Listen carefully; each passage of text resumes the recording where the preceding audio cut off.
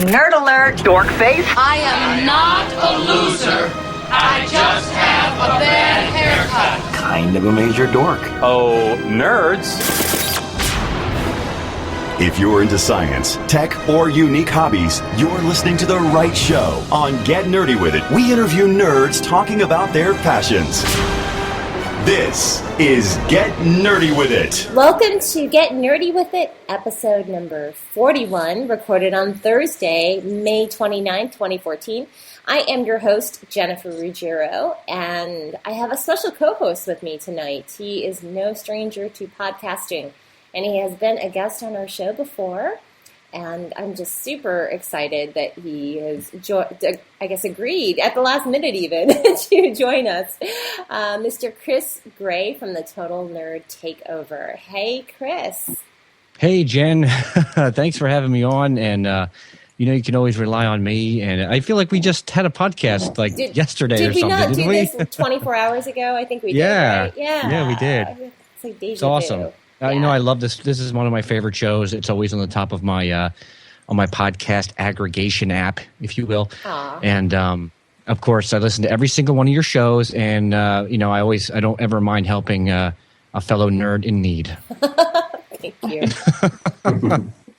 That's awesome. You're so great. You're so great. And your shows are awesome, too. So if anyone has not checked out yet your podcast, people need to go look at the Total Nerd Takeover. It's totalnerdtakeover.com or tnerdt.com. And there's a whole assortment of shows on there. So from Mac Time to, is that the right way? It's Apple Time. Yeah, it's Apple Time. And then you also have the Behind the Iron Throne. Yes. Right? Yep, Behind the Iron Throne. Yeah, all about Game of Thrones. Podcast. Yeah, there you go. So I love all of our shows, and of course, Jen, thank you for joining us over at the TNRT, our flagship podcast. You're welcome. Being a part of the Nerd Army, it's awesome. It's an honor. It's an honor, definitely. Well, I'm super excited about tonight in general. I've been waiting for this night because we have John and Bethany Gotts with us. They are the creators of a service called Chumly. It's chumly.com. And super smart and totally friendly people. So I'm really happy to have them on the show. Good evening. Hi. Hi. Hey. Pleasure to be here. Yeah, really, thank you. Awesome to talk with other intelligent people in the tech space. So thank you so much for inviting us. You're welcome. That's the truth, right? It's definitely a lot of fun to talk with like-minded individuals. So great stuff. Yeah. And I have to imagine in Idaho and North Carolina, and I don't know where you are, Chris, but we don't get this every day. No. No.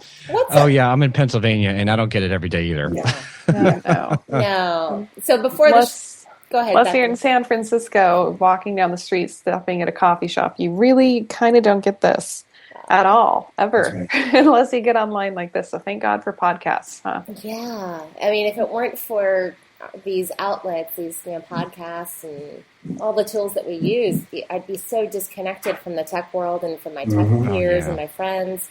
Yeah, I know. How many amazing people have we met, Jen, just podcasting? Oh, gosh. More than I have hands or fingers and toes. Oh, a lot more.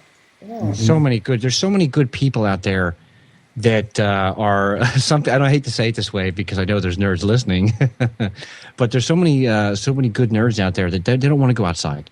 They just want to be on their computer and they want to interact with Amen. with other like-minded people because there are, and I really hate to be, I hope this doesn't come off negative, but there are very ignorant people out there that do not understand, want to learn, or want to be a part of this wonderful technology world that we live in, and it's a shame. It's a shame. It is.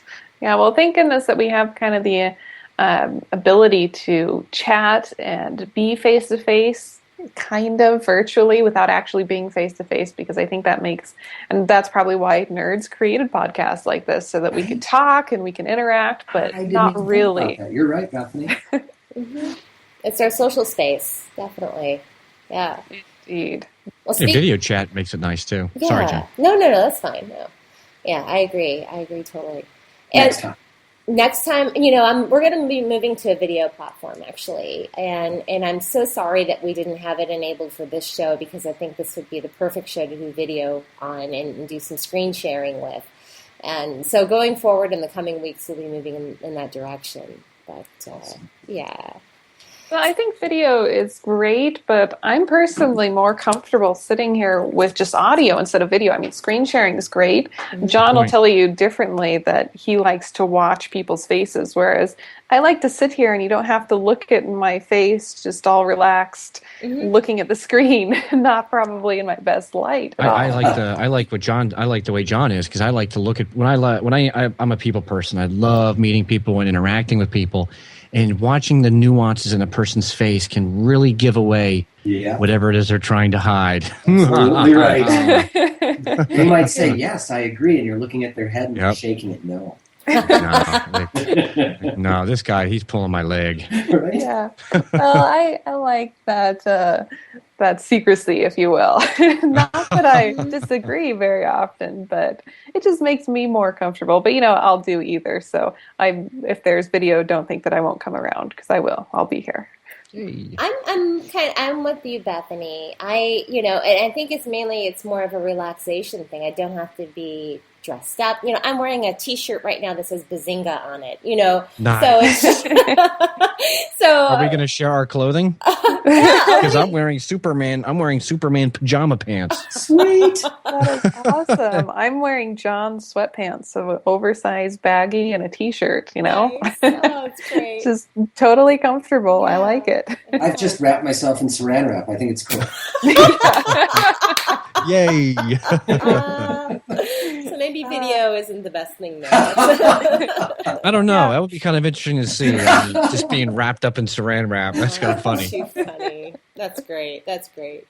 Well, speaking of being, we're kind of, here we are, we're talking about nerds that kind of stay inside. I'm sure all of us are active and we get out and do things and hike and, out and about. And speaking about getting out and about, there's a news story that I found really interesting, and it is about the bikes in San Francisco. So evidently, bike theft is quite the issue in San Francisco, and I bet it's an issue in all cities too. And especially up there, though, I think a lot of bike riders are out there. Any guess? Does anyone want to take a wild guess at approximately how many bikes are stolen in a year in San Francisco? 200,000. Yeah, I was going to say 350,000. Because you're making it sound so high, I'm going to say 1 million.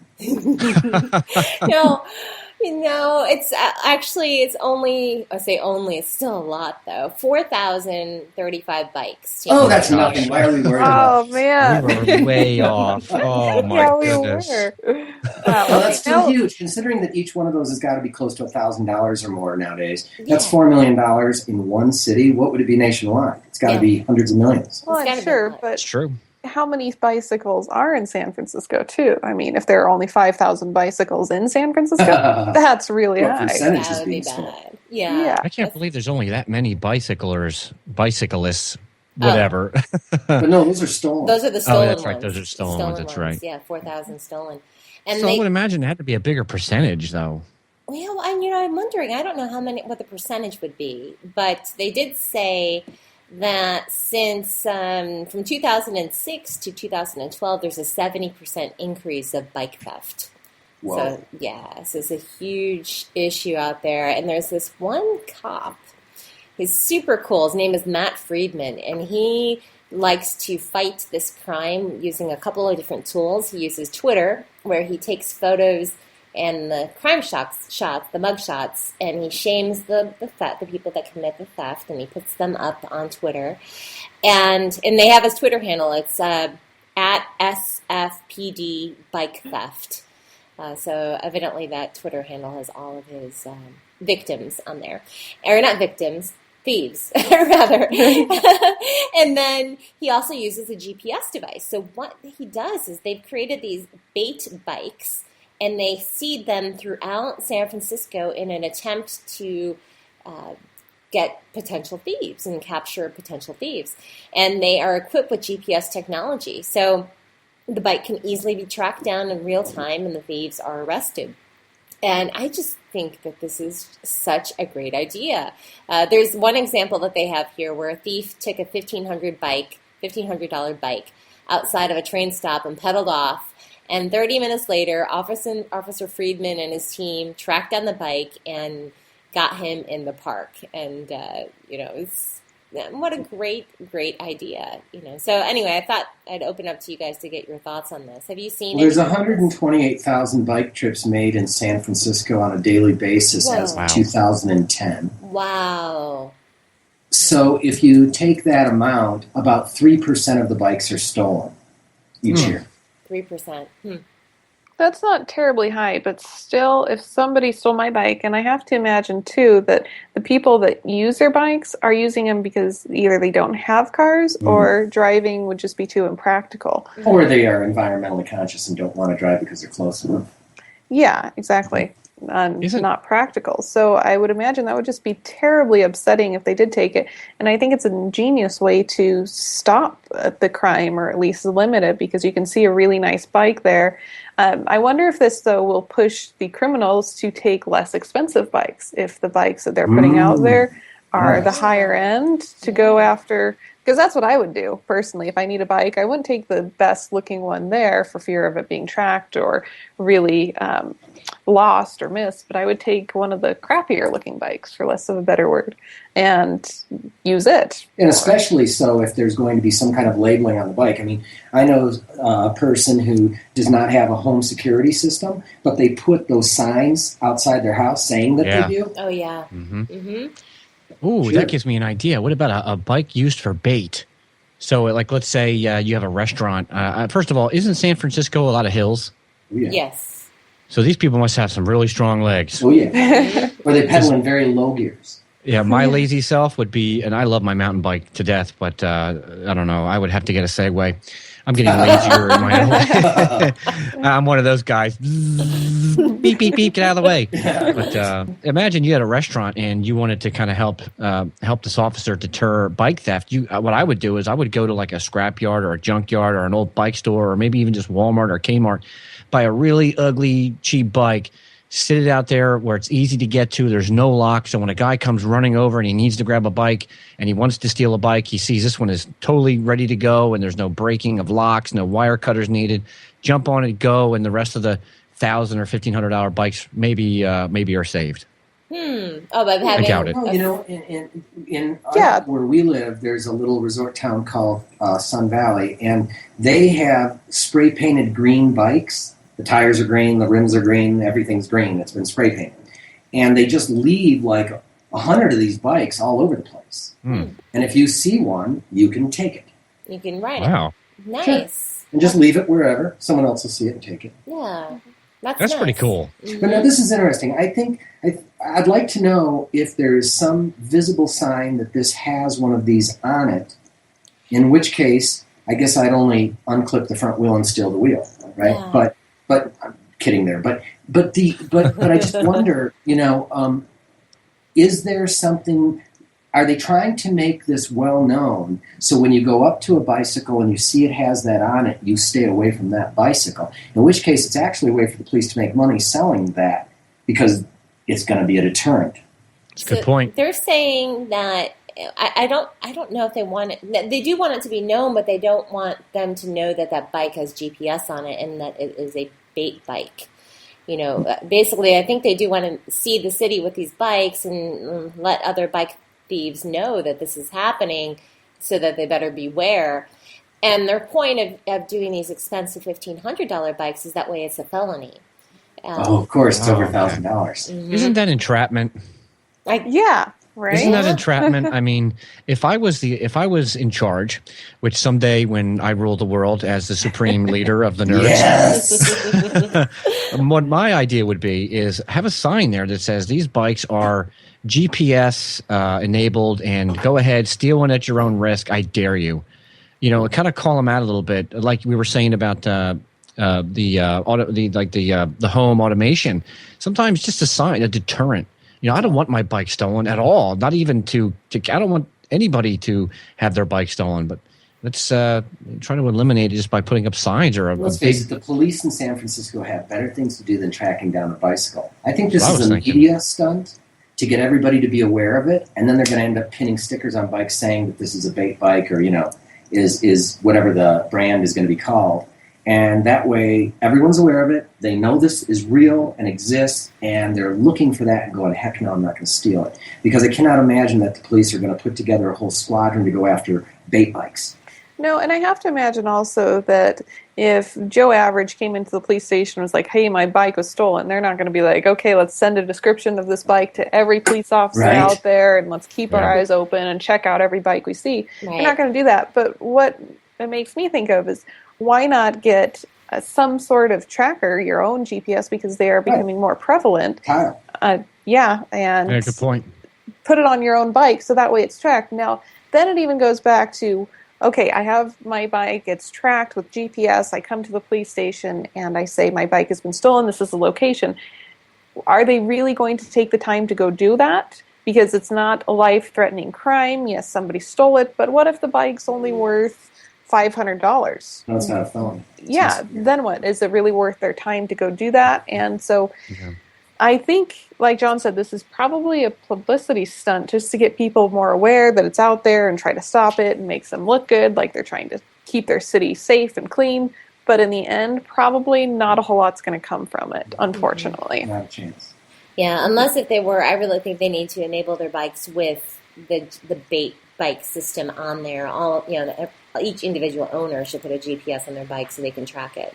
Right, but then if the police aren't going to do anything, are you going to go into that neighborhood and try and get your bike back from that thief and maybe get killed over it now? Only if I have a lightsaber and a force field. I don't know. That's what makes me wish I had some type of mafioso ties or something where I just kind of took care of it myself, Forget about it, huh? Are you talking to me? Huh?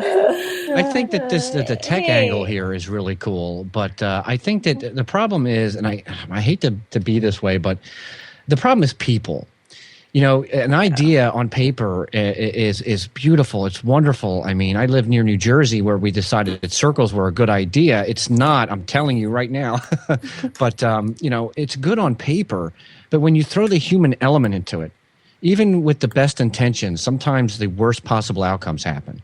People think of ways to get around it or do, negative things regardless, And I know that we're just talking about bikes here, but, everything has that first step. No, it does. And what this will lead to, too, if people start putting GPS trackers on them, then if I steal a bike, the first thing I'm going to do is disassemble it and find this tracker and replace the part, cut it out of it, whatever I have to do, and then get rid of it. I don't imagine, or I can't imagine, that the people stealing the bikes are just stealing it just for their own use. I would imagine they're stealing it to then sell somewhere. So if I'm going to sell it, too, I'm probably going to take it apart, repaint it, whatever, so that it can't be identified as a bike that was stolen. Does that You got a make sense? techie friend? You have a techie friend who can reverse engineer the GPS so you can have a device where you walk up, hit a button, and like a little electromagnetic pulse, dead. So it doesn't even matter. Yeah. No, Yeah, exactly. that's true. Good So point. it's a great idea. I'm glad they're doing it. I wish more police forces would take this initiative to do things like this and be active. But all in all, I don't think it's coming to much. But the tech side of it is cool that now we do have GPS and they can use this because local police forces can get their hands on it and do it. I mean, Bait Car was a television show for a little while, right?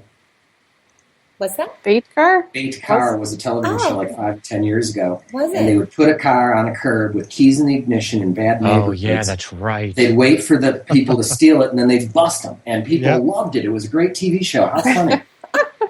But did it really stop car theft in the United States? Not a chance. No, it did not. No, I didn't even know that show existed, so that's funny. And did they take that revenue and put it back into their state? I don't know. A lot of states are claiming bankruptcy and stuff, so Right?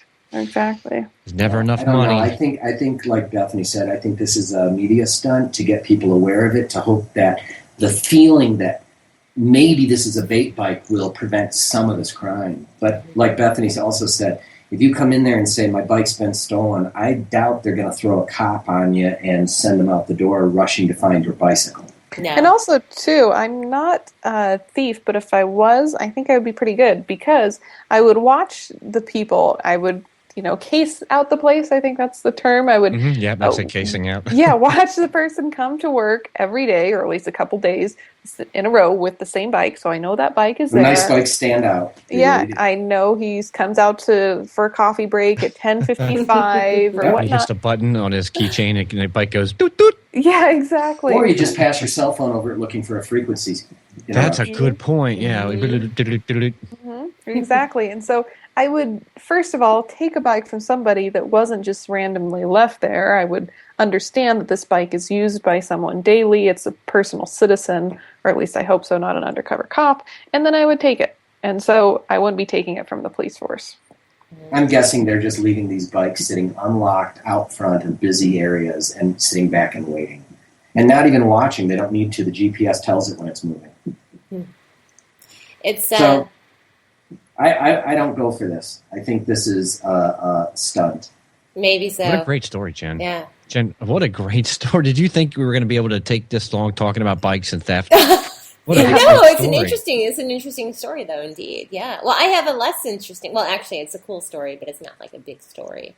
But there is a Kickstarter project right now where this guy has, and I should know his name, I shouldn't call him a guy. Here he is, his name, John Stussel. And he has developed something called the levitating phone stand.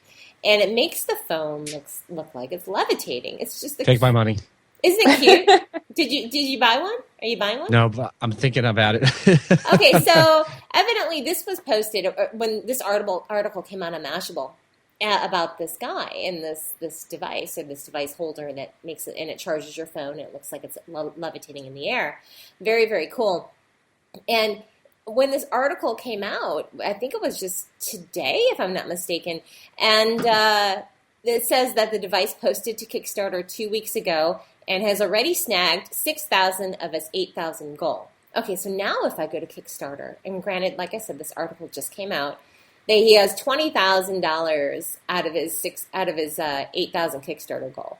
And how much is each one? So how many total number of backers? Yeah, so he has different levels, and there is a $19 level where there's 50 backers that's gone. Here's another one, $19 level for 25 backers gone, another 25 gone, so that's 100, there's 150, 260, and it goes on and on. There's 20 backers of another one and 101. So it does say how many, but I have no idea how many total because he has a bunch of different packages on here. Up at the top it says 675 backers. Oh, there you go. Oh, you're so smart. It sure does. It does. It says it right at the top. I'm counting the whole thing. Yeah. So, I mean, I have to believe that the person who made the invisible dog leash that is really just a firm, long cord that looks like a cord, but it's actually a stick. Yeah, it has a thing on the end. That guy or gal made millions, I'm sure. So he'll make money. Good for him. Would I ever use this? Heck no.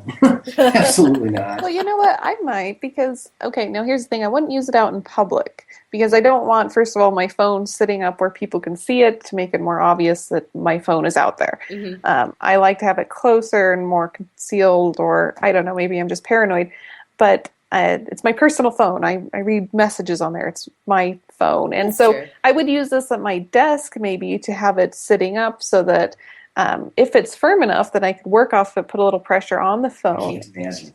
to move it around, push on it and stuff. And it would be like a phone sitting on your desk because my biggest problem is if I use an iPhone, if it's laying down on my desk, then it's flat and I can't see everything depending if I'm sitting at my desk looking down at it. Does that make sense? Yeah. So I would have it up in a position where I could see the full screen and use it and to call and just as a phone.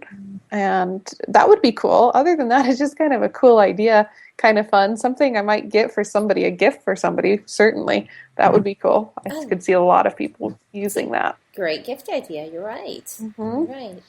Chris, would you use it, Chris? I actually just did it. What color did you get? I backed it. Black. I did the black because they only seem to have. I was looking for the $20 one. They're all gone. Yeah, they're all gone. So I had to go up to the $24 which is fine because I'm only going to use it here in the studio, and I have so much stuff on my desk. Getting anything, and I have a 10-foot desk long with 2 4-foot pieces to come off, so I have a huge amount of desk space. But I can't stand clutter, and having this thing look like it's floating next to my 27-inch iMac. Phenomenal. Next to my iPad, which sits into a Caddy Buddy case. I have everything elevated. Why do I have this desk? I have everything elevated. I should just mount it all to the walls. Well, if you guys read what this thing's about here, though, it doesn't say that you can use it. It says it's a recharging device. And it says that as this guy was a magician, he is excited about this idea because it's like magic while you're recharging. But what it does not say there is that you can firmly push on it and use it as though it was a stand. So I watched the video, and he was able to use it as a stand, but I didn't see what in the back. Evidently, there's got to be something in the back that's holding it up, and I didn't see what that was. And he said you can use it as a stand. And he was tapping on it and doing his stuff. Yeah, that's the other thing. What if your phone was heavier, someone pushed on it and it broke off in there? Like the lightning cord for my iPhone 5 broke off. I've actually seen those, and I've never seen them broken off in a phone, but I have seen them broken. Mm-hmm. So I'm going to try to watch this. Nobody touches my phone, trust me. Not in the Nerd Studio, believe me, I have. I have drones that fly around and they protect everything in the space. I got security tight in here. You're funny. Fun. My little robot Roomba that runs around with a laser beam attached to the top of it because it's useless for actually picking up dust and trash. But a laser beam robot, that's a good use for a Roomba. That is a good use for it. Or to trip people when they come walking into your house. Now, I have a question here. This is kind of off the topic, but same thing. Chris, you just bought this. Did it occur to you that he's reached his $12,000 over his $8,000 goal? Did that stop you at all to say, well, I don't need to back him, or was it purely on the thought that you wanted this device or the stand? It's a little bit of both. I like this kind of weird stuff, and I love to reward people for taking a risk. Mm-hmm. As a fellow entrepreneur, the whole nerd thing, my nerd background being aside for a moment, but the entrepreneur thing of him going out there and trying to make a buck off of a neat product, offering a good or a service. I want to support people that do stuff like this. That is such a hard thing to do, is to take that step. Amen. And this is pretty neat. I mean, it's a little gimmicky, because magic trick, setting up, but I think it's cool. So I don't mind. Somebody supporting sold a people that rock do that and called it a pet. yeah, right. And people bought a lot of that. Yeah, they did. You just had to throw a little bit of hay in the bottom of a little box and write a name on the stone or something. I mean, it's stupid. If you wanted to do that today, just put LEDs on it, Right. and make it modern with LEDs, and you would sell it. Put a magnet under it, and then put a base on it that was the opposite magnet with a certain amount of power, and it would sit there and float. You got something. We should kickstart this. We should. Now, this the is a magical floating rock. Something we came up with. What you probably never thought of this, Jennifer. Tonight, you'd come up with your $1 billion idea. Yeah. No, I didn't. No, But you know what? This is right, and I'm glad he feels that way. Bethany and my father and I have been working on our company that we'll talk about later for about 50,000 hours, 50,000 hours. Wow. And we've been able to self-fund because we actually sell a service to a specific niche market, and now we're going to expand out of. But that said, amen, brother. I've been an entrepreneur. I'm almost 50 now. I've been an entrepreneur since I was born. Wow. And I have taken those risks. And not only is it tough, but everyone around you is telling you you're going to fail. Oh, that drives me crazy. Crazy, Jen and I right? talk about this often too. Like, everybody says you can't do it. You should go to your regular job. You should just do a 9 to 5. No, not happening. That's right. So I'm glad that you back projects like this, even if not you find it novel, because I think that's great. Yeah, I think we should support people that want to change their lives. I mean, I don't know this guy from Adam, but just looking at it, looks like a fun product. It looks really cool. He's not really that expensive. I mean, $24. I spend $30 on a 6-foot lightning cable. I can afford $24. I spent $40 on my wife's iPhone case yesterday. See, there you go. Yeah, exactly. No, I feel exactly the same way. Good for him, and if nothing else, he's making a lot of people smile, and there's some value in that. Yeah. Yeah. Exactly. And if you look at it and you do smile and you're like, oh, that's cool, Why not? Yeah. And It's true. Like I said, it's a great gift. I would give it to somebody, and I think they would love it, and I'd be excited to show them what it can do and how cool it is. I would give it to someone who craves attention. Because I think Raising that's my all it's hand gonna over do. here in the corner, like that's me. Yeah. I crave attention. Podcasters are like that. It's not all of us, but some of us are like that. I go to coffee shops with this device, hang out, and just meet people who come up and ask me how that's happening. Oh, That's a yeah. good idea. That's a good way to pick up girls. I'm married. Yeah, right. John, settle down over there. Come on. It would get my attention. Okay, to your defense, that would get if I were in a coffee shop and some guy had that, the phone, I'd be like, oh, and I'd walk right over, So Same Jen. reason that men go and babysit puppies and walk them down the beach. Jen, you know that somebody's listening to this podcast right now, taking notes, yeah. and then they're going to track you on Foursquare or with the what is I'll it, tell Swarm you, now, whatever they call it now. It works. When the first MacBook Airs came out, and it was how many years ago? I forgot when, but and it was like the first one I had seen, and it had just come up. Is it? No, I think it was later than 06. Yeah. Oh yeah, that's right. It was okay. I'll Google it real quick. Some guy in a coffee shop, and I saw him, and I was like, oh my god, he has a MacBook Air. And so I had to go up, and introduce myself and talk to him. The first people that had iPads were superstars. Everyone wanted to come up and touch it. Oh yeah. Yeah. Yep. So good for him. Yeah. It's also like when you have kids, even when when my son was born and my wife was still in the hospital, I got to take my son out, and and the girls are like, oh, he's so cute. Oh yeah. Like, yeah, I'm all alone.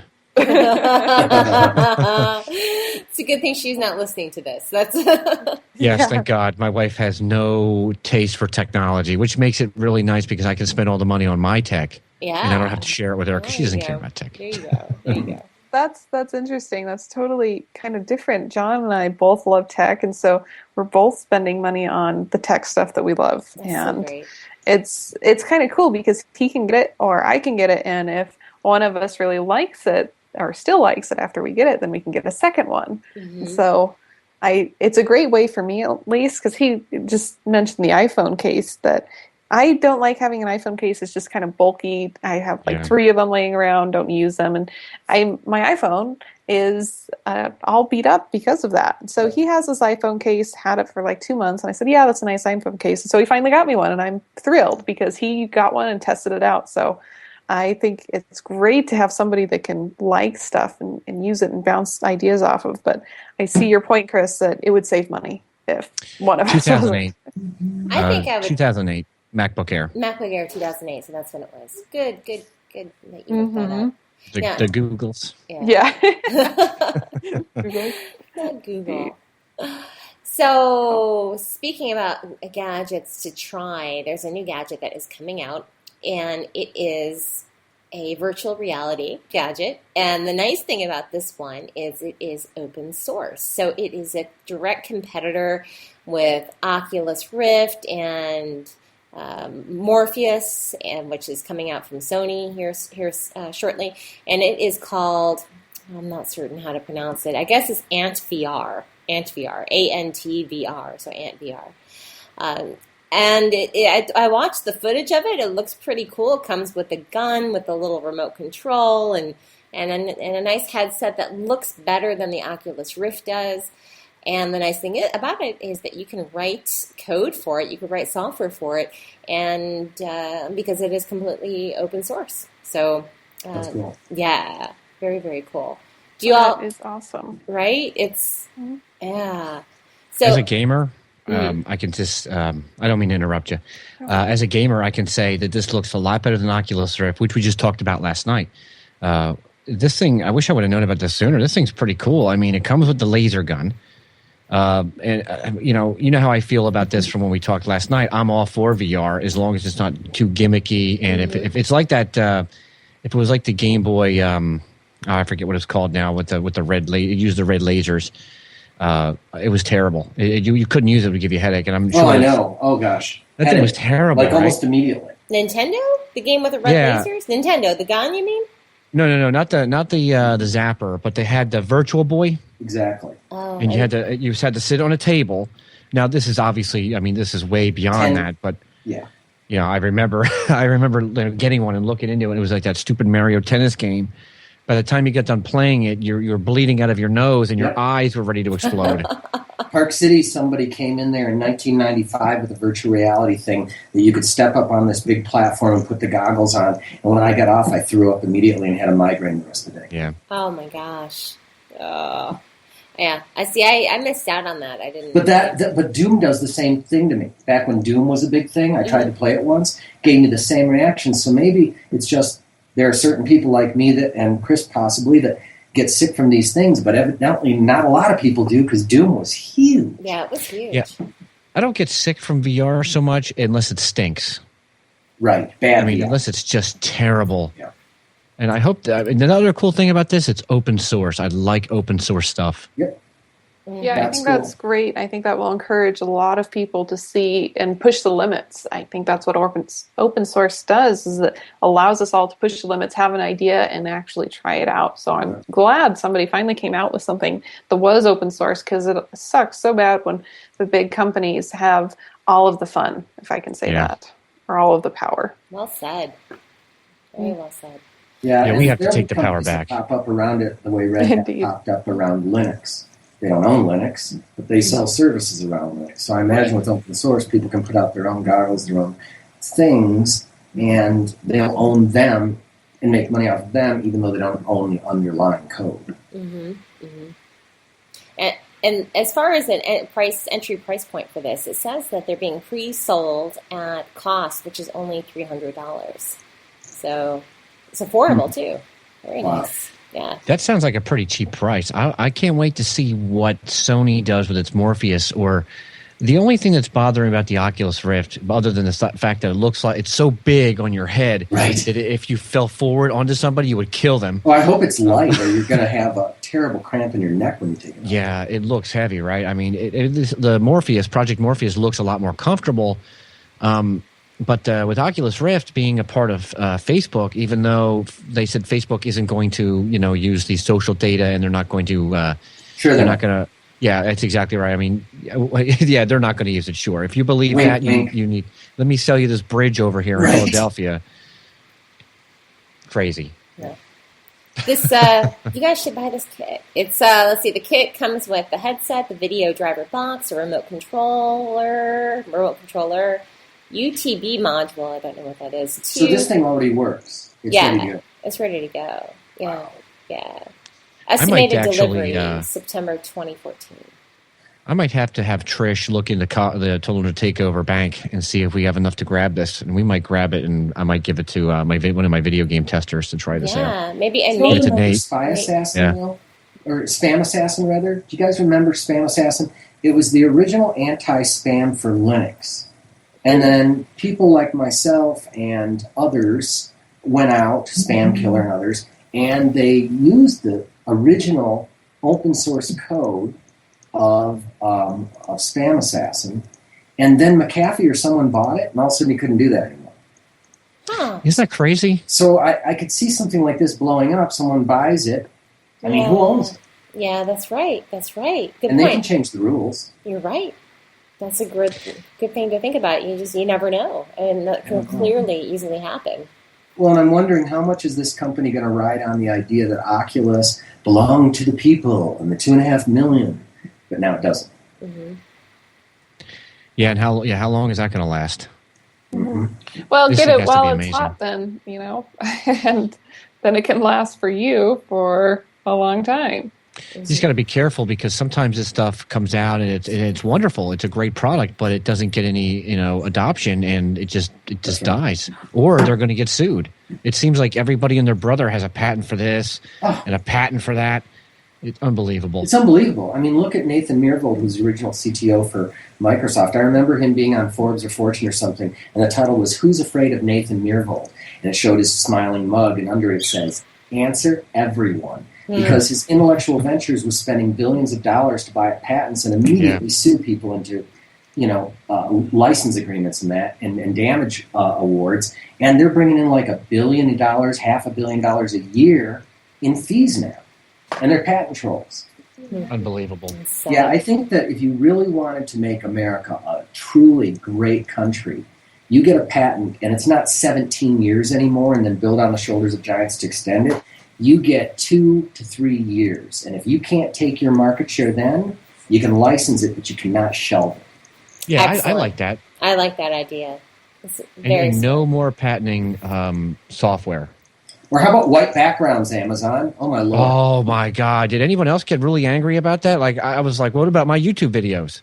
Well, If I use white background, am I going to get exactly. sued by Amazon? Exactly. Are you kidding me? Craziness. Crazy. And also, if it's already out in the marketplace, how can you still patent it as a novel idea? No, I don't know. I don't get it, and yet they got the facts. patent. Yeah, Craziness. it's aggravating. I have to believe we'd have 200, 300 mile per hour cars with gas-aided, or oxygenated gas going into the carburetor in a certain vapor form that's going to get you more mileage. That patent belongs to one of the big three, and it's shelved. What? In 1999, we had a patent for a battery, a nickel metal hydride battery for the EV1. Well, Nissan and Honda and Toyota started making Toyota RAV4s and everything using nickel metal hydride.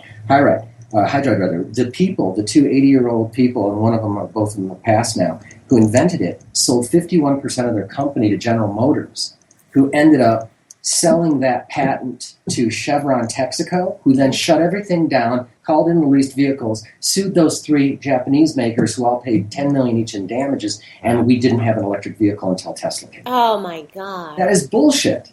It is. It is. That's just a crime right there. And GM said, "Oh, nobody wanted electric cars. There was no." Did you guys hear about? And I hate to take this off the rails, Jen. Go ahead. But did you guys hear about the Elio car? No. $6,800. It's a 3-wheeled vehicle. $6,800, and I believe it does. I think it's 672 miles for 8 gallons of gas. What? By 8. Yeah, go to elio.com. I already signed up. I'm on the waiting list. Okay, so it's getting 84 miles per gallon, but is it really just a 3-wheeled motorcycle? It's just a three-cylinder car motor is basically what it is, and it's just very aerodynamic, and there's no battery in it. It's very simple. It's like a Can-Am, like those motorcycles, but with a canopy, and you actually sit in it like a car. Is it ILIO? ELIO, I believe. ELIO. Okay. Oh, yep, that's it. Yep. That's pretty cool, actually. They actually look cool. Yeah. That is cool. My wife hates them. She says, "I will be caught dead in that way." I said, "Don't to me, worry, that it's just gonna be me seems and my like- son." Yeah. That's a 3-wheel motorcycle with a canopy. Yeah, it is. Yeah, and it is still considered a motorcycle. In some states, it? you have to wear a helmet. Not all states. I think in Really? Pennsylvania, you can. Well, they're working with legislation to change that for this vehicle, because it's you're looking at it. It may appear like a trike, but it's a car. It's got all the car parts in it. It has disc brakes, front wheel drive, automatic or standard transmission. You sit in it like a car. These things have been However around knows. for decades. That's cool. Only Yeah, I like $100 to reserve it. Not Yep. bad. Yeah, If gotta put it on the if you list. don't do it, you'll get your $100 back. I don't know, Probably but I'm probably so. going to end up doing it. $6,800. I mean, I would have bought a motorcycle and probably got myself killed. So at least this is a little more safe. This is It's safe. safer. Safe. Yeah. Yep. 5-star crash test, and I like the guy that's running it, Mr. Elio. I think his name is Elio. Mr. Elio. He came up with this idea because he believes that there's Americans out there that are trying to make a better life for themselves, but they have to work to pay for a car that gets them to work. It's a vicious cycle, and then the gas to go to work. I pay $100 and some to go to my day job a week. So this car would save me $400 or $300 a month that I can reinvest into my my entrepreneur total nerd takeover business. Well, you could consider it a 2-year ROI. Mm-hmm. Yeah, it is like Yeah. a 2-year. Because you're going to save as much money in 2 years as the total cost of the vehicle. Mm-hmm. Right, exactly. Sure. That's exactly right. My only concern would be that it's from the side, if a strong side wind came up, that might tip it or rock Yeah, don't go it. fast in reverse at all, because that's why they don't make 3-wheel Yeah. a motorcycle, or what do they call them, ATVs, with the front wheel because people were tipping over and breaking their ribs on the steering column. So the handlebars. So they put the wheel in the back, and you can go forward very easily. But if you tried to go quickly in reverse and turn too sharp, you'd tip this thing right over. Yeah, that's a good thought. Yeah. But no, I mean it's neat. It's neat and good for him. Yeah. Good for him. I want to see a picture of you when you get it. I want to see that big, I'll put it right on my face. Canary grin on your face. Oh yeah, it'll be there. I'll be wearing my Superman shirt. I'll even wear a cape. Yeah. I'll mix it up. I'll wear a Superman shirt, my Batman cape, and my son will be standing there with his Batman cape. What color are you gonna get? That would be awesome. I was thinking about the blue. Blue's nice.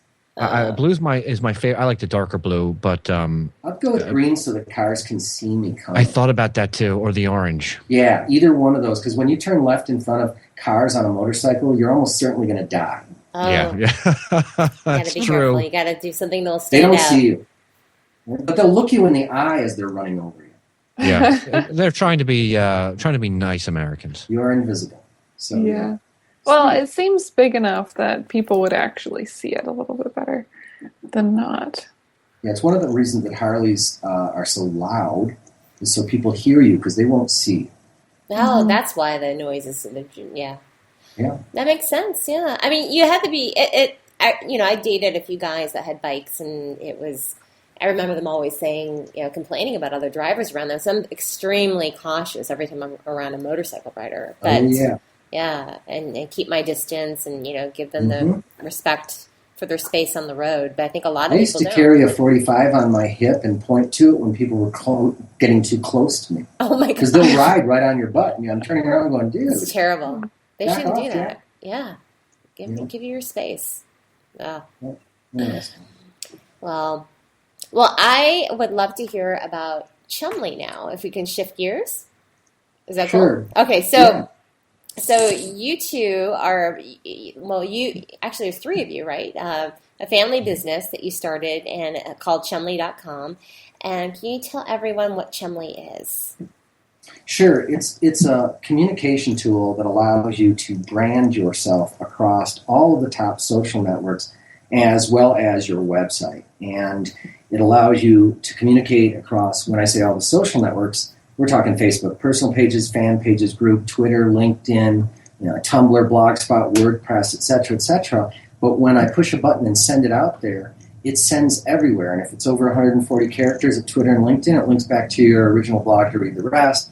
Pictures, up to 6 of them. Choose your Facebook album or any specific album. Send pictures to your website as well. It's really, if you think about Hootsuite is a defensive tool where you're watching all of this information come in and reacting to it. Mm-hmm. Where ours is a branding tool that allows you to go out there and build your brand with who you are. It's an offense tool, not a defense tool. Mm-hmm. And if you build your brand well enough, when bad things happen, because shit happens, people are going to be forgiving and people are going to give you the benefit of the doubt. We started in politics. And so that's, they need to build a rapport with their constituents, for these House members and senators. So that's what it is. We have a tool that allows you, whether you're using email or text the way Posterous used to, you can send off to specific social sites or all of them plus your website or your newsletter and your website and your social, whatever you want. And don't worry about limitations of characters or video or audio or documents or what the site will or won't take. We handle all of that for you. This is brilliant. And on top of that, it's a social network of its own. So right now we have the largest social network of Republican legislators in the House and Senate in the country. And they come in every day and they post, or they just take pictures with their phone on the House floor, Senate floor, or out campaigning or whatever, and they send it in. And it goes everywhere. And this is the thing that really gets me about this, is that you go to places like Pinterest, or do you use Pinterest, Jennifer? I don't use it too often. No, but you're familiar with it. Yeah, I'm familiar with it. Oh yeah, I have a profile there. Yeah. Yeah. What about Chris? Do you ever use Pinterest? Actually, no, and I keep getting Pinterest invites, and I'm thinking to myself, I guess I should sign up. I've been really slow with the social media thing. I've been really slow. Second biggest to Facebook now, bigger than Twitter. It's 75% huge now. female. Yeah, it's So I'm definitely going to have to sign up then. I mean, Twitter, I can't, I don't want to say I hate Twitter. I use Twitter to interact with our nerd army because I love the interaction with the audience. I crave it. But I find Facebook is such a better paradigm for me to send pictures and to get more.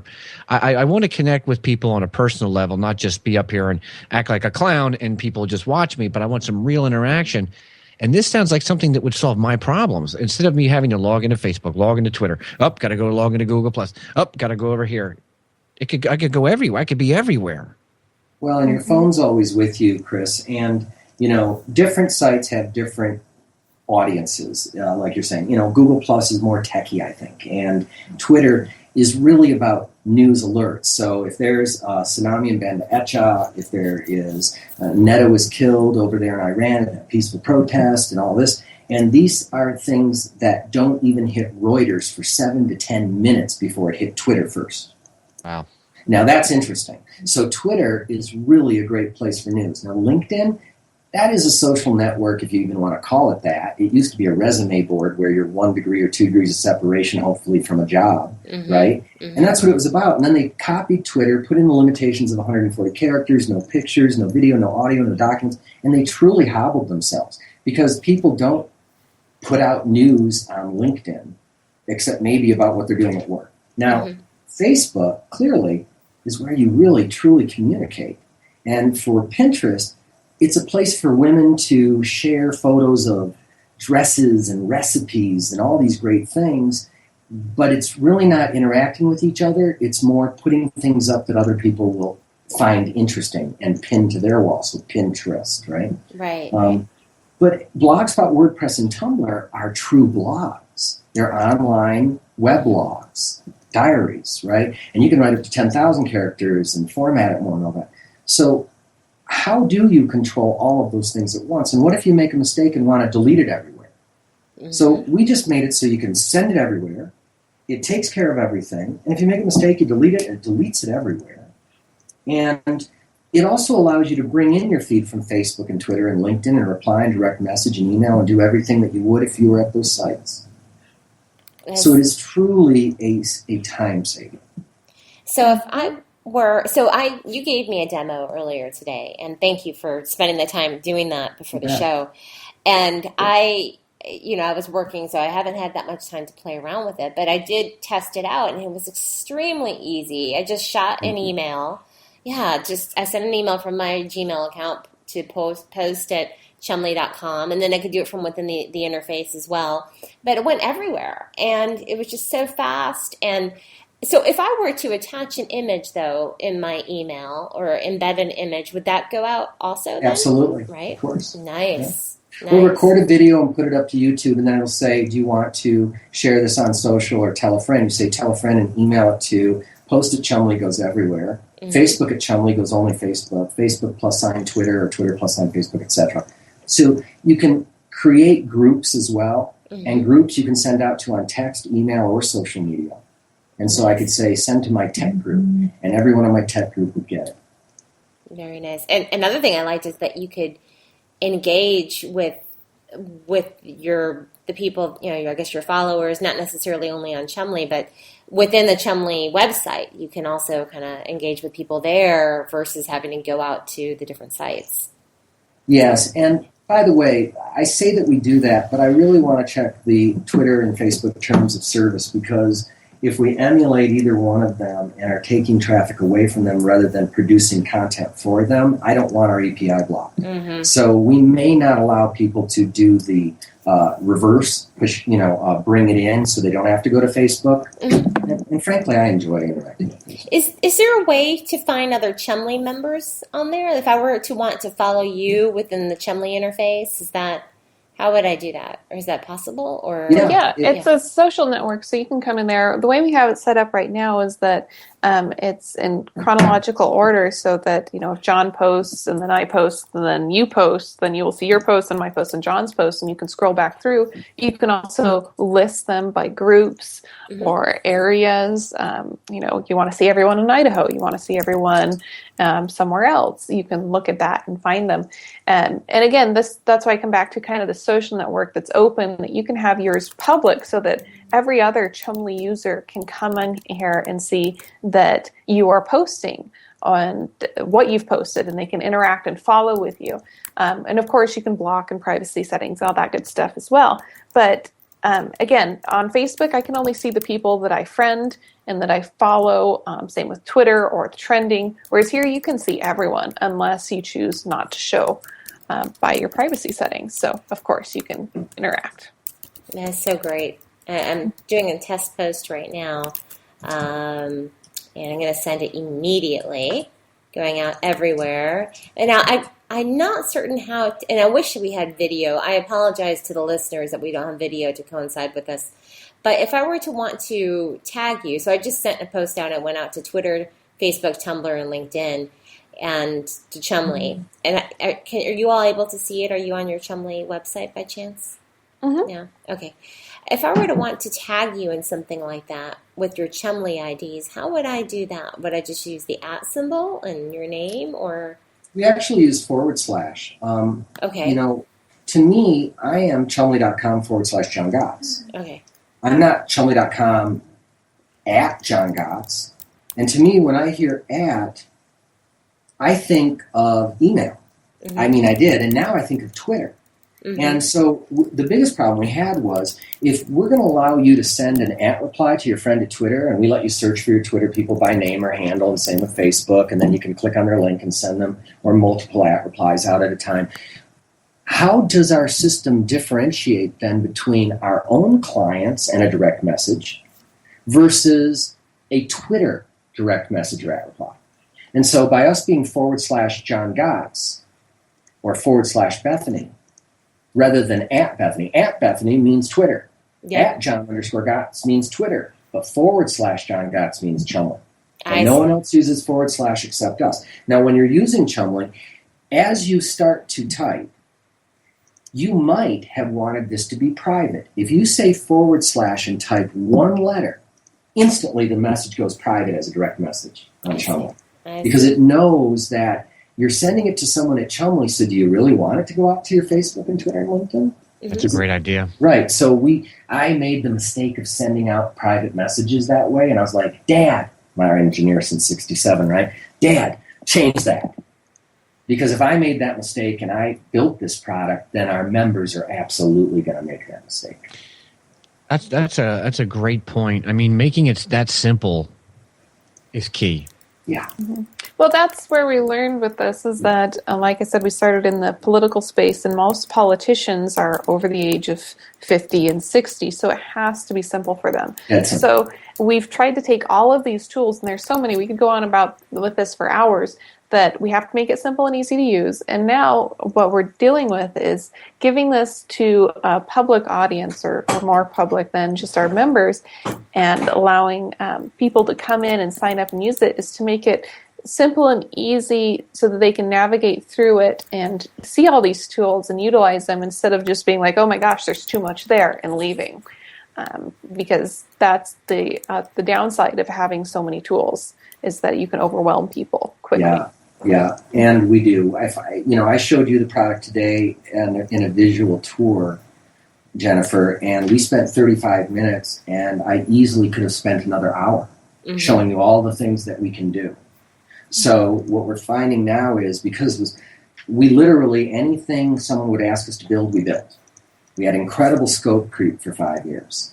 So now what we're wanting to do is go, okay, we've got all these tools, but what really is used? So the first version of Chumley that's going to be available on June 17th to the public is going to, Robert Scoble on his Rackspace is going to announce this on June 17th. Anybody can come in, but it's not going to include websites. For instance, you can do everything I just said from within your own .com website. Oh, wow. And it's totally editable. So cool. If you know how to do Microsoft Word, but we're not going to release that yet. And we have a full customer relationship management with mapping and everything, completely embedded, so you can keep track of your friends and clients and everything else, and look at them on maps and send out. We're not going to offer that in this first version. Okay. So it'll be the first version is strictly going to be management of your social tools. Mm-hmm. Because there's Buffer in every post out there, just to name a couple competitors. And sorry, Buffer in every post, but your product doesn't do 10% of what ours ours does. And I am blown away that anyone would pay you $100 a year for a program. Whoa, Their pro $100 a version year doesn't do what our free version does. Yep, I mean it is $100. See, yes, I'm gonna start using your service, and I did subscribe to the Hootsuite for a year. So like I paid for that in advance for a whole year. And I would prefer using your service instead. So, well, I hope that you'd use it. Not I'm just going because to. we're friends, Oh, but I hope definitely. you use it because it's just got a better tool set. No, it's a better, not just because we're friends, not just because we're friends. It is definitely a lot easier and better, and you can do a lot more with it and post to, what I want to do. I want to start doing, like you said, when the website part comes out too, like making posts from here to the blog and just sharing everything within my blog as well. I guess I could do that now with the WordPress. You can do it right now because guess what, guys? Not only do we send to jennifer.wordpress.com, but we send to jennifer.com powered by WordPress as well. Nice. 67% of all websites in the world, believe it or not, are powered by WordPress. Mm-hmm. Insane. Wow. Yeah, I Good for believe the that. founder. He just in his last round became a billionaire. God bless him. What about? I just had two questions. What about like for if I want to have a Chumley for Total Nerd Takeover and then a Chumley for me personally, get Chris Gray? Can I do those separate, or can I have them combined? You can Into have one? both of those, and one can be a sub account of the other, so that you can send to both of them at the same time Oh, okay. if you want. Or I'm choose looking at one the or the other. beta and I'm thinking, how do I sign up for this? Do I want to do Chris Gray or Total Nerd Takeover? Which Yeah. one should I do? And you do them both. You do them. The first one, just like out of Facebook, you'd set up a personal account, and then you'd have your fan page, if you will, okay, which is a separate account you can log into separately. But because these are linked accounts, our product is the only one that I'm aware of that will send to multiple Blogspot, multiple Tumblr, multiple Facebook, multiple Twitter, because we'll allow you to set up sub-accounts under your main account. I saw that. I saw that. See, again, I haven't even touched the iceberg of what we do, guys. Yeah. It's What about Squarespace? Are you compatible with Squarespace? Well, Squarespace and Wix are both website building tools that are really great. I think they are, but they don't have really any social media presence except some plugins. Okay, That's well, true. John, let's answer your question though, Chris. Yes, we are, in the sense that what you do, like let's say you have your blog, that you send out everywhere, and sometimes you just send it to Chumley, sometimes you just send it to WordPress, but it's all on your Chumley blog. You can put that inside your website, whichever website you want, whether it be WordPress, Wix, Squarespace, or other. So we are in the fact, but not to the extent that we want to be, let's say. So please carry on, John. And I think that they have a better app as far as for mobile right now. Now, when I tell you that they have a better app for mobile, what I mean is that they literally let you design your web page, then flip to what it would look like in mobile view, and then edit that without screwing up what you just did on your website. And I think that's really clean and awesome. But, there's a gentleman out there by the name of Andy Grignon, and he invented the iPhone. He worked under Steve Jobs. He created the iPhone, him and his 600-person team under him, okay? Mm-hmm. Brilliant guy. And he's about to come out, hopefully late summer, at a site that's called, Eightly. Thank you, Bethany. EIGHTLY.com. And you can go there now and sign up early. Wait, what's the name of the site? 8, like the number 8, EIGH. Eightly. Oh, Eightly, yeah. Why Yeah. do I? They're a sponsor of Chris Voss. They sponsored his Google Glass. That's why I know it. I'm sure. And guess what? This company has a product, especially for mobile websites, but your website's going to look great whether it's on an iWatch or whether it's on an iPhone or whether it's on an iPad or whether it's on the website. It will look professional and awesome. And his way of doing things, his graphic user interface and the way the tools all work, no one has ever done anything like this ever. And when Bethany and I saw it, we just were so exuberant. I mean, just like so excited about this. We can't wait for it to come along. Personally, I would rather do some kind of a deal with him and bring his websites in when we're ready for that than use our own because they're just not good enough. His are the best in the market. He's going to put Wix and Squarespace out of business. Wow.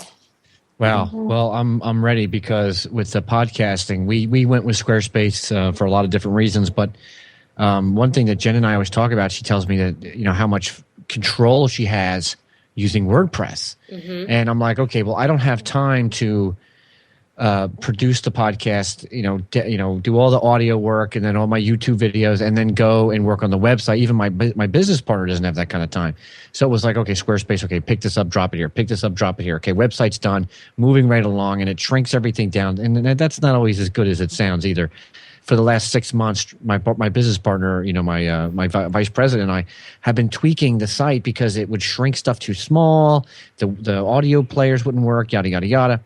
And other than that, it's great. No one's been able to. You can't bring my site down, but there's so much functionality that is lacking.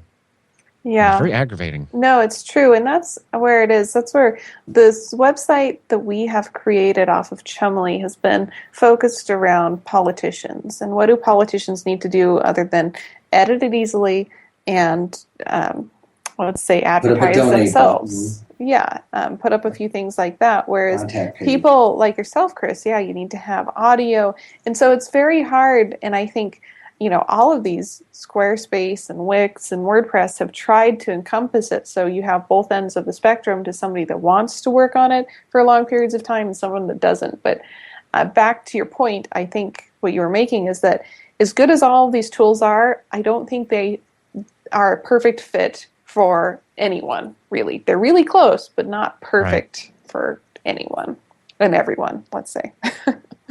Here's one thing that makes this totally different than any other website on the planet, and that is that right now I realize that I give up my identity to facebook.com/John W. Gotts. Mm-hmm. That's where people notify me. That's where I interact. That's where I am every day.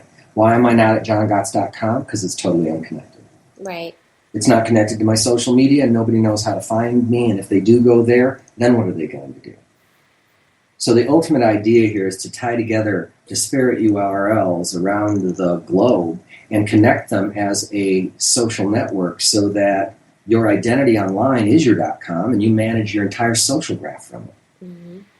And if I go to jennifer.com and want to follow you, I can send you a friend request, and if you accept or you allow followers, then at johngotts.com, when I go in my newsfeed, there's your jennifer.com stuff coming in.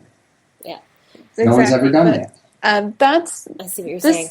What we've created, and this is what Chumley has the ability to do. But what we're focused on first and opening up to the public is just a simple tool that you can send and receive to all of your social sites and communicate across all of the different platforms, whether publicly or privately through direct message to people. Plus email and text. Yep. So that you can email and text to... Well, no. So that you can send to email and send to text and send to social.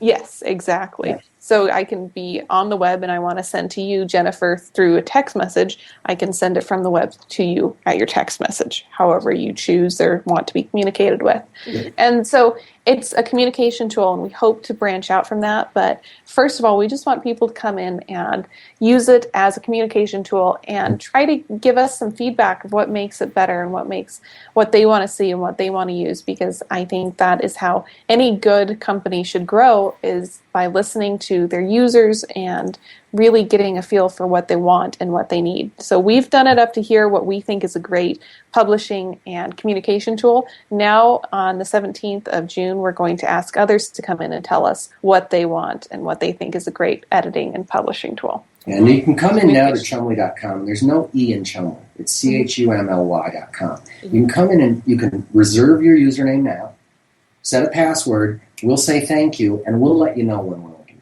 Bingo, done.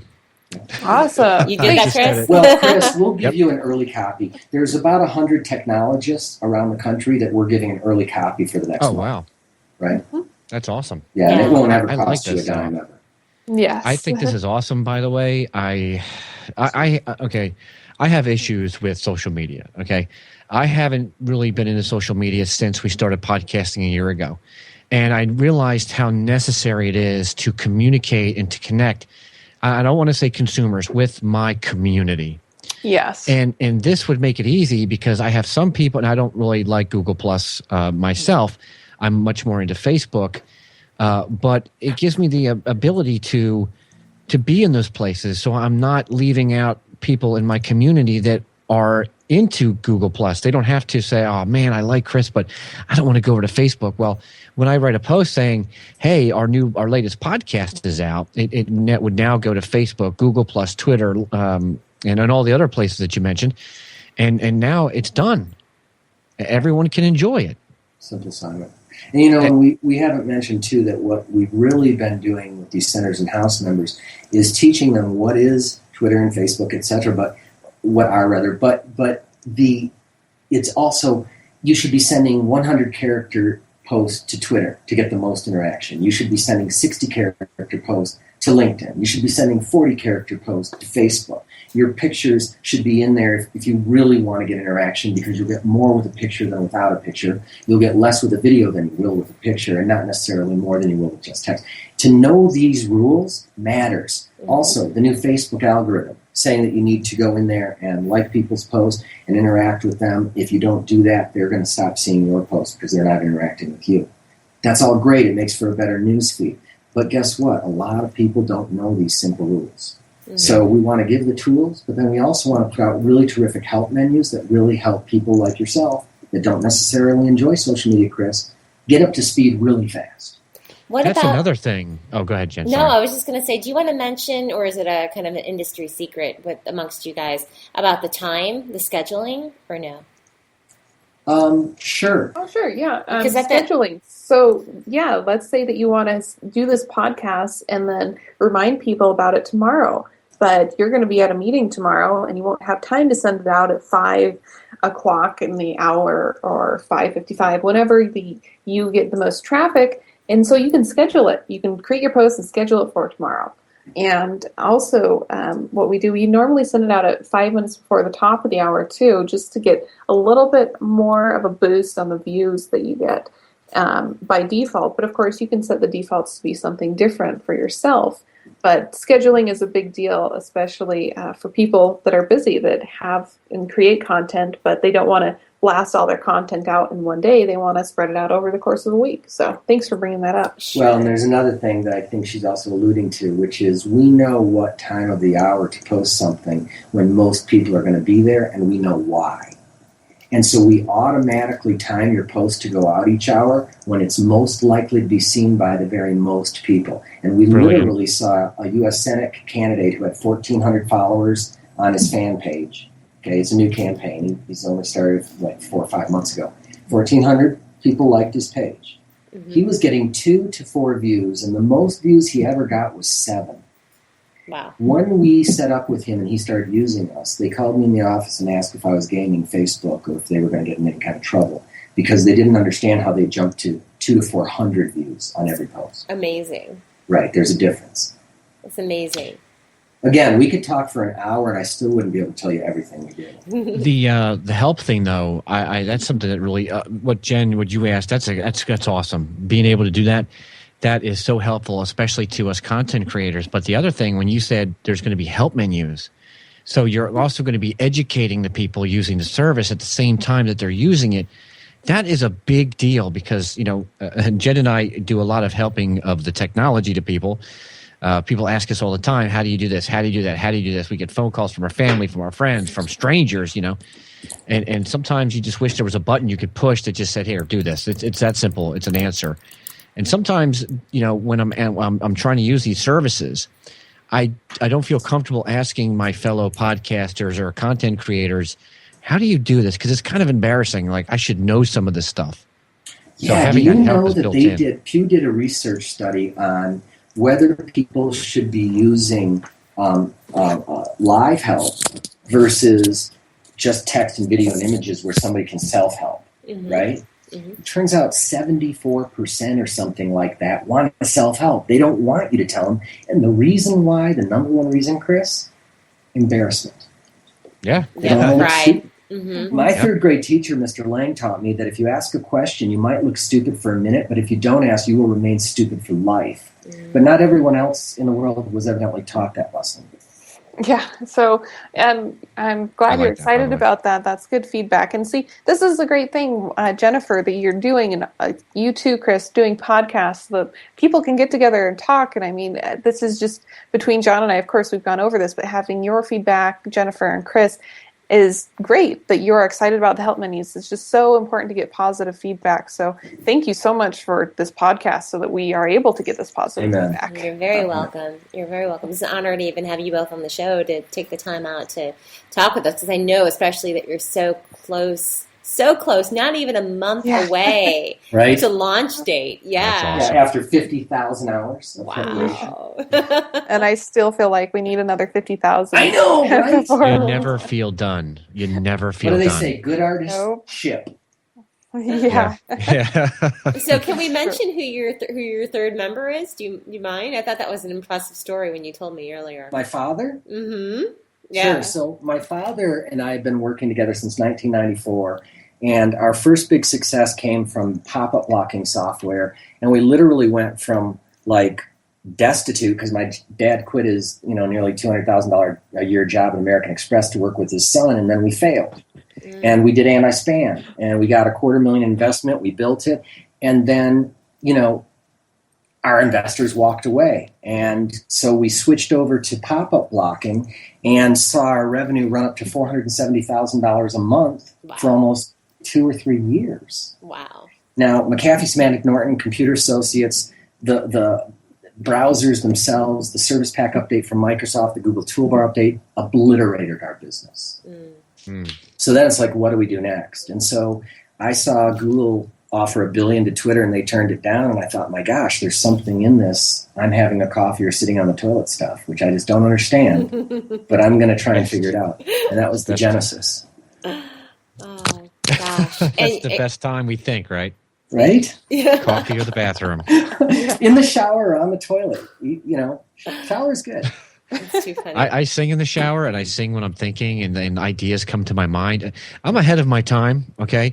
The only problem is I'm only like maybe 3 seconds ahead, so it's like, ooh, oh, wait, the idea's already been taken. Darn it. Ooh, oh, goodness. Yeah. Well, that's good. At least you're there thinking with it and doing it. That's a sign Being of an a brilliant entrepreneur, mind. being an entrepreneur is so liberating. It is, even though you have to. Success is all good, but sometimes just experiencing the mindset, the creativity, the I don't want to be like everybody else. I want to take a chance doing something amazing and changing the world. It changes you fundamentally inside forever, and it is something that I will never ever say. No matter how much work, no matter how much sweat, or how many gray hairs pop into my head, how many times the wife wants to hit me over the head with a tack hammer, it's always worth it. Oh yeah. Bethany sent me a note this morning from the dentist, and she says, "How are you doing this morning, baby?" Smiley face. And then she says, "This is what it would be like if I had to go to work. Thank goodness I don't." And I said, "Amen that." And this would be my reply: "I miss you, babe. Say hi to the folks at work. Tell your boss and that new guy that they need to quit hitting on you, or you will hit them with a sexual harassment suit. And tell that chick that continually talks behind your back to quit being a hater. Office drama sucks, but you'll be home soon, babe. Hold tight." Oh, cute. Right? Yes, that's so true. To ignore all of that crap. Yeah. No, we get to sleep in, wake up, talk to interesting people when we want to. Drive anywhere. Yeah, no, That it's is pretty awesome. sweet. But with that, I do need to get on to other things because I got to go. You go. I'm going to stay on the phone and finish this up, Bethany. Okay, great. Well, then I will say my goodbyes. Thank you so much, Jennifer and Chris. I hope to be connected to you guys for a long time. Absolutely. And do this again. It would be great. Bethany, it would be fantastic. Thank you so much for taking the time and joining us. I appreciate it. Yep, no worries. Thank you, Jennifer. So awesome meeting you. Yep. Bye-bye. Bye, Bethany. So, she's delightful. Thank you. You're welcome. By the way, guys, I have to mention that I met Bethany on Facebook. Did you? Okay, and the That's story goes that I walked in and I looked at my news feed, and I was thinking of running for representative of the House in Idaho at the time, and so I was reaching out to a lot of strangers in the district trying to connect. One of them was a photographer. She was doing some stock photo work. I saw the picture. I commented that it wasn't that good, that the lighting wasn't that good, but it was okay. And then I left. And I came back later that evening, and the model had replied.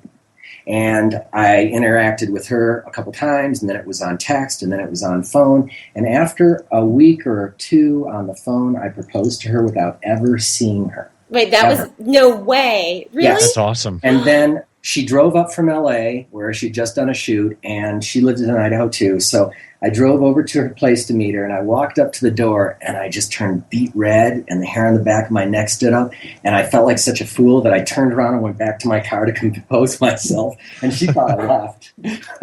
And we've been together every day since. Oh That my is a God. fantastic story. Wow. So God bless Facebook. Yeah. Yeah, What- that's what I'm saying. how long have you Right? been together? 2 years as of a month ago. That is so, what a great story. Fun, Isn't right?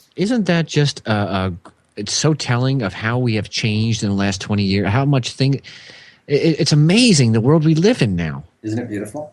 Mm-hmm. And Bethany was right. When you think about engineers and tech people, a lot of them are introverts, not extroverts. Mm-hmm.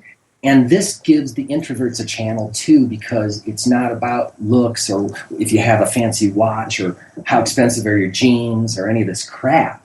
It's high intellect. Yep. Yeah. I just tell you what, it's It's so God much bless. better. And another wonderful thing that I always say is that the difference when you come together online, it's their true interests that capture That's right. you, right? It's not, like you said, it's not what they're wearing, what they're, it's the interest, it's the mind that's really capturing you. That's right. And you're not coming together due to where you live. It's not because your next door neighbor is there. It's just like same with the people that you went to school with.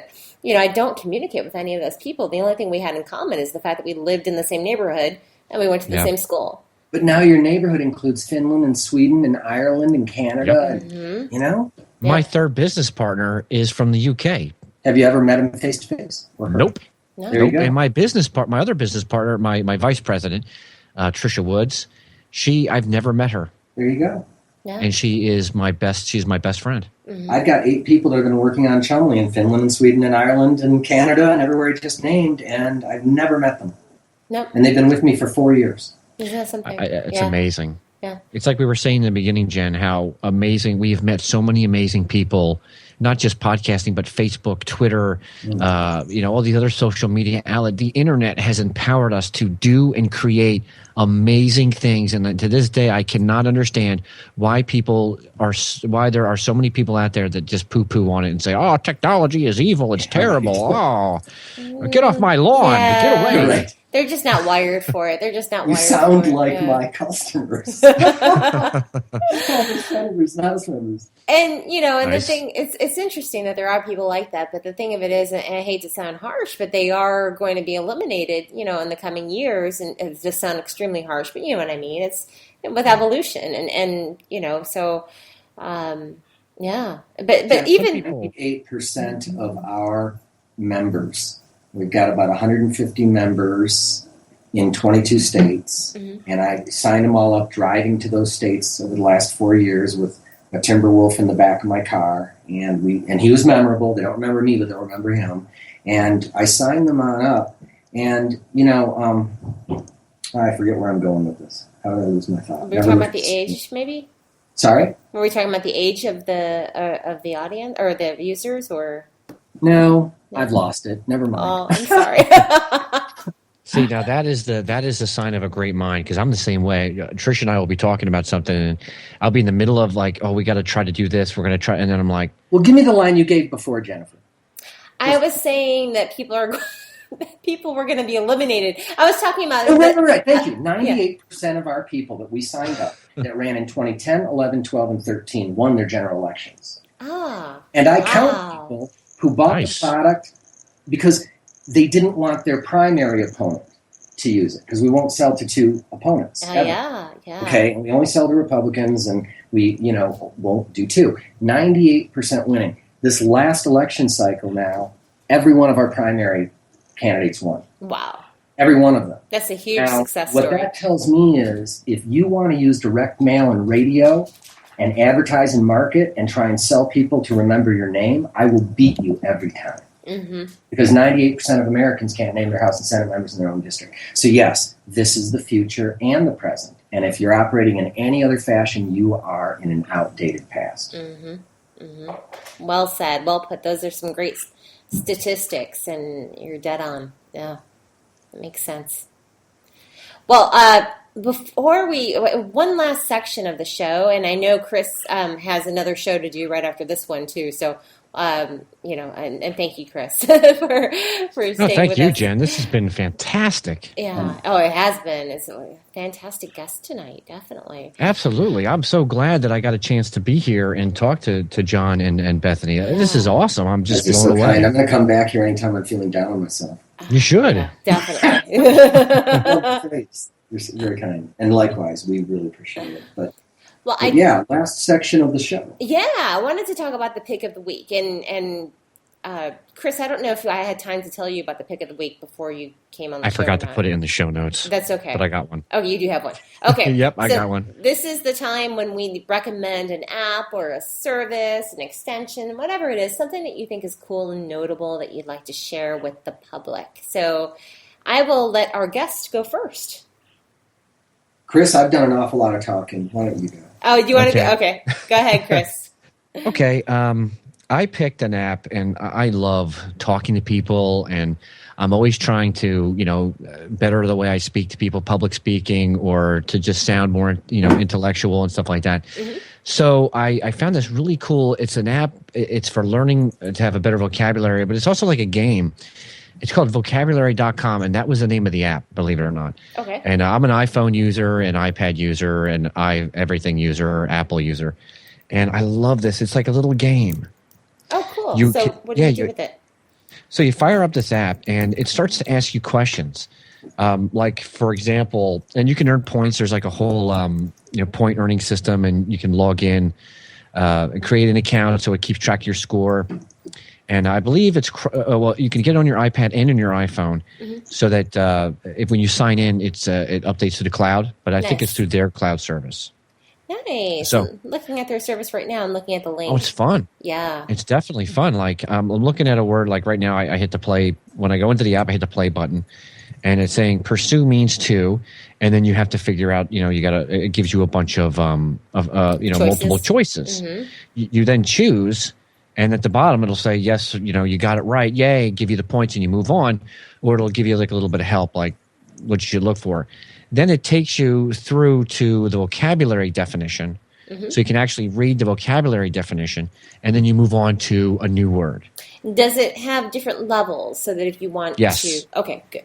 Yeah. Yes. And I believe it gets harder and harder and harder. Mm-hmm. It says, look up a word, learn it forever. Vocabulary.com combines the world's smartest dictionary with an adaptive learning game that will have you mastering new words in no time.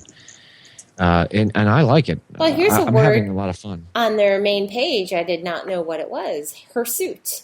Hirsute. I had never even heard of this word prior to today. Evidently, it means that somebody it's a very hairy creature, is what, covered with hair. Having or covered with hair. Sounds like me. It's like my friend down in Brooklyn, Yeah, right. This is great because it gives you when you're playing through this game, it gives you real world scenarios. So it's not saying to you, here's the definition, and then asking you to remember it, and then the next, it actually gives you like a sentence where it's real. Mm-hmm. Like if you're being pursued by a dragon, and the word is pursued, and then it gives you the multiple choice. Does that mean it's chasing you? Does that mean it's trying to poop on you? Is it shooting fire at you? So it's like it makes sense, and your brain it just clicks in because you have the context. Yeah, it sounds like a great app. So it's a lot. Right. I get addicted to it.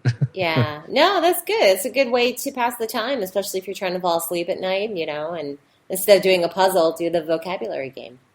Yeah, and I try to use it to help me, especially for podcasting, because, our voice and our personalities really sell what we do. So I have to, I want to make sure that when I speak that the audience understands what I'm saying, and then I'm the pronunciation, because I can't write. I don't do any blog work at all. I can't stand to type.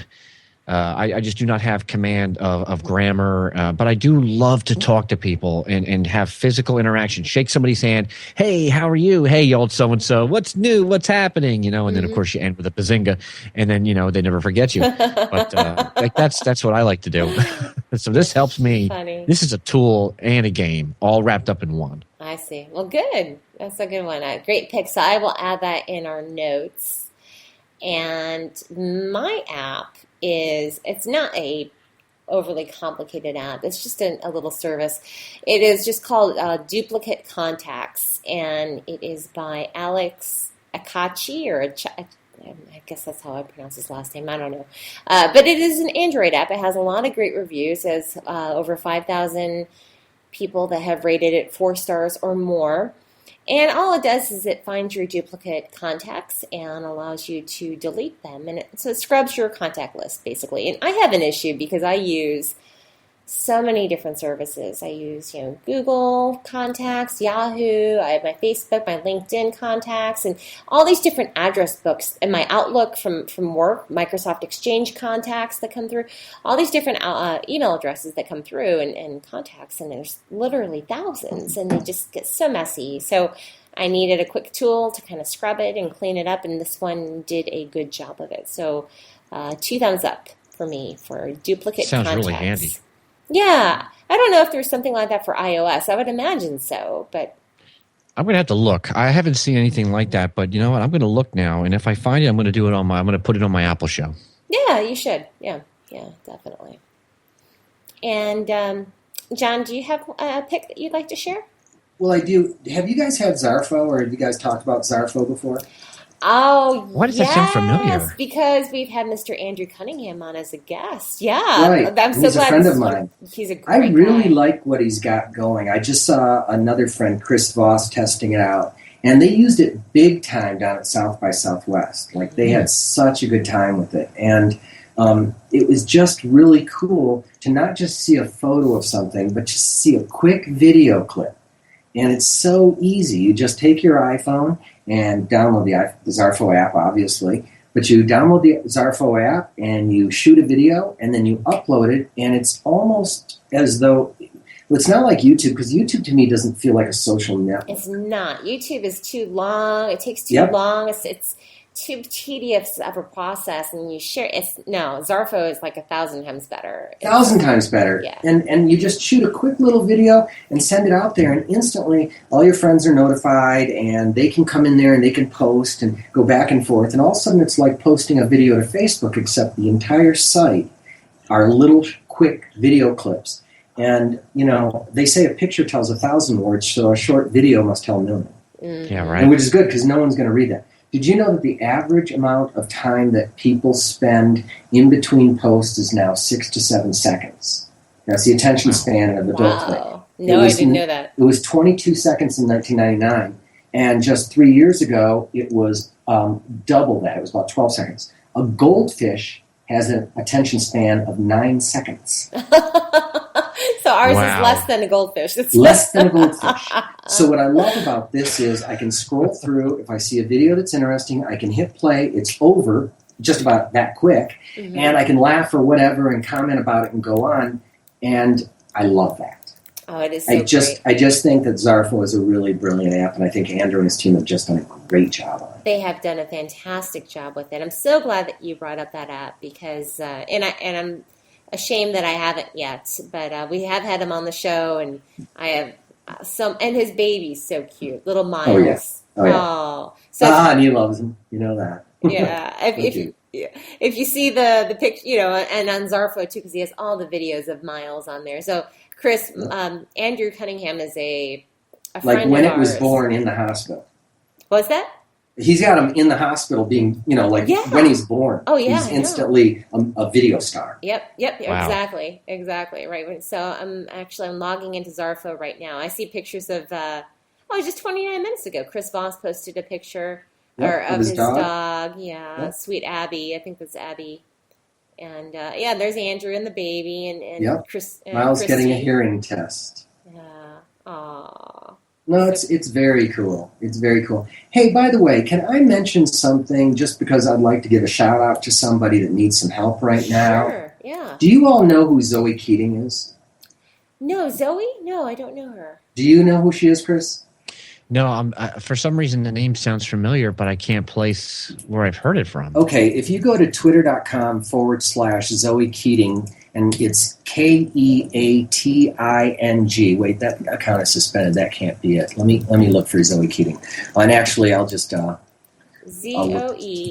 And then, I'm gonna just Google search her real quick. Okay. Go to ZoeKeating.com. Is it, how do you spell the last name? Keating. Okay. Guys, Zoe Keating has she was one of the original people that when you signed up for Twitter, it would tell you, that here are some people you can follow, okay? Mm-hmm. And she has millions of followers as a result. Oh, wow. Wow. Let me just take a look here. She has 1.2 million followers. Oh, my gosh. Now, Zoe is an avant cellist who has written her own software so that she can loop things, so that she can play a thump, thump, thump sound and then play on top of that and then play on top of that and then play on top of that. She's played at TED. She's played everywhere. She is a superstar. Her husband was diagnosed with cancer on the 23rd of May. Oh, no. And after paying $100,000 in premiums, and even though he's got cancer in his bones and his lung and his brains, and they had to immediately drain fluid, like a half a pint from his lungs so he could breathe, Aetna, and let me make sure I got it right, it's not Aetna, let me get the name right, is not paying the bill, saying that what they just did was not necessary. Oh, no. Okay, now, if you go to facebook.com/Zoe Keating, you can read about this and you can see that there are people pouring in. And Anthem Healthcare Services out there, it's Anthem Blue Cross. Mm-hmm. I would like to ask all the listeners to boycott Anthem Blue Cross and WellPoint and any of the companies that fall under WellPoint. Zoe is lucky. She's got 1 million followers that are going to get her back. ABC News is doing a story on her locally. Everyone's doing stories on her. And they're going to succumb to her. But imagine if you weren't famous like you her. would be in trouble. Yeah. Oh, they're screwed. So she's trying to deal with their children and her job and fighting the health care and taking care of her sick husband. So I just want to give a shout out to Zoe Keating, who is one of my favorite musicians of all time. If you haven't downloaded her music or listened to her over on iTunes or that, please do. Zoe Keating, ZoeKeating, and go by her page. It's open. It's a fan page on Facebook, facebook.com/Zoe Keating, and like her post and give her the support because right now she's going through hell. I just liked her page, and I'm actually going over here to buy some music. Thank you. Yeah. And guys, everyone is now saying that they're going to put together some kind of a Kickstarter or something. Mm-hmm. And there's a company that actually does fundraising, and they're offering to give her service for free. And I'm guessing she'll raise $1 million. Oh, I hope so. But that said, if you guys can help push the word out and support her in that, it would just be a great thing. Yeah, definitely. Everybody needs to pitch in. And I'm sorry to take your podcast in a different direction, but this is timely. I'm so glad that you did. Yeah, definitely need to that's the whole point of why we're here. We're supposed to help other people, right? And really evolve us as human beings and not to be like these money hungry thieves, these companies. Seriously. Yeah, that's when we come together and help. Yeah, mm-hmm. Business starts and ends with people. No matter how you slice it, it's people. Mm-hmm. Chris. Mm-hmm. Yeah. Well, our thoughts and prayers are with Zoe Keating and her husband. Appreciate it. Yeah, gosh. And I appreciate you guys. Thank you again. This has just been great. And thank you. It's been awesome. And I would love to have you back on. Later on after So I know you're gonna have a big launch here coming up soon, but maybe in 6 months from now or something. And we will. We'd love to come back in 6 months, and hopefully then we're launching either the customer relationship management part of it and the data and mapping, or we'll be launching a website. But I'm going to guess the website. Yeah. Well, definitely, I'll be keeping up with you online too, and so.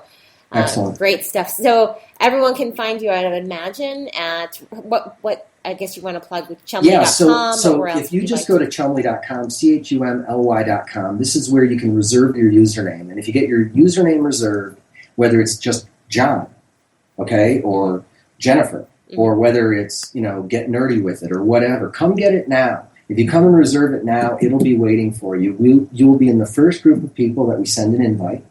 And we should be sending that invite to you probably just a day before I go on with Scoble. Wow. Okay, now for you and Chris and everyone else, of course, we're going to set you guys up with accounts now. We want your feedback. But yes, please go to chumley.com and sign on up. Definitely. Everyone needs to do that for sure. That you don't miss out on this. And yeah, and it's really easy to do too. I mean, I just did it with my before we talked about it.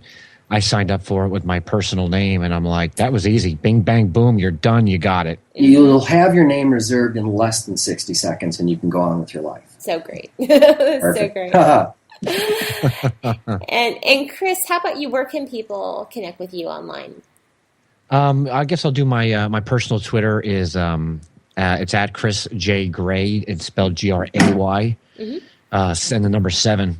Excuse me.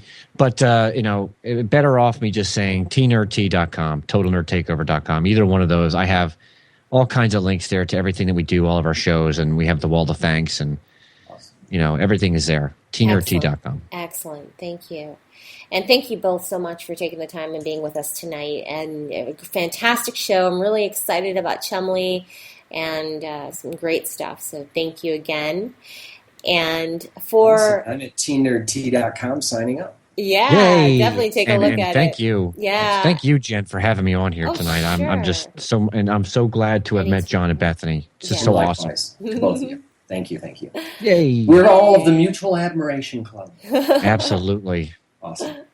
And I guess we'll give a plug out and a shout out to Brad, Tech Webcast. You're going to be talking with you'll be on Tech Webcast tomorrow. And you'll be there. I'll be there. So I'll see you there. Sweet. And then you'll be talking with Chris Voss on Saturday? Or? Yeah, the Chris Voss show. Yeah. I think we'll probably do Saturday. He said just let him know when, which will be great. That's cool. Awesome. Chris Voss is a great guy. So. And then Scobleizer on the 17th of June in the Rackspace office in San Fran again. That's going to be huge. Good deal. Sweet. Good deal. He's a great guy. Yeah. I wish you all the success. I really do. Thank you, guys. And likewise. Thank you.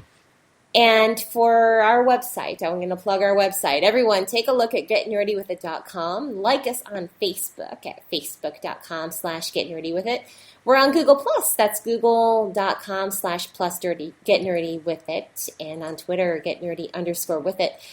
Please subscribe to us. We're on iTunes, Stitcher Radio, iHeartRadio, Podomatic, on SoundCloud, Spreaker. We're everywhere. And we now have a new Android app, so check that out in the Google Play Store. It is just Get Nerdy With It, and we'll be seeing an iOS app within the coming weeks. So thank you so much. Thank you, guys. Have a great day. Thank you for listening to Get Nerdy With It. Join us each week as we interview nerds talking about their passions. Oh, nerds. And be sure to visit us at getnerdywithit.com.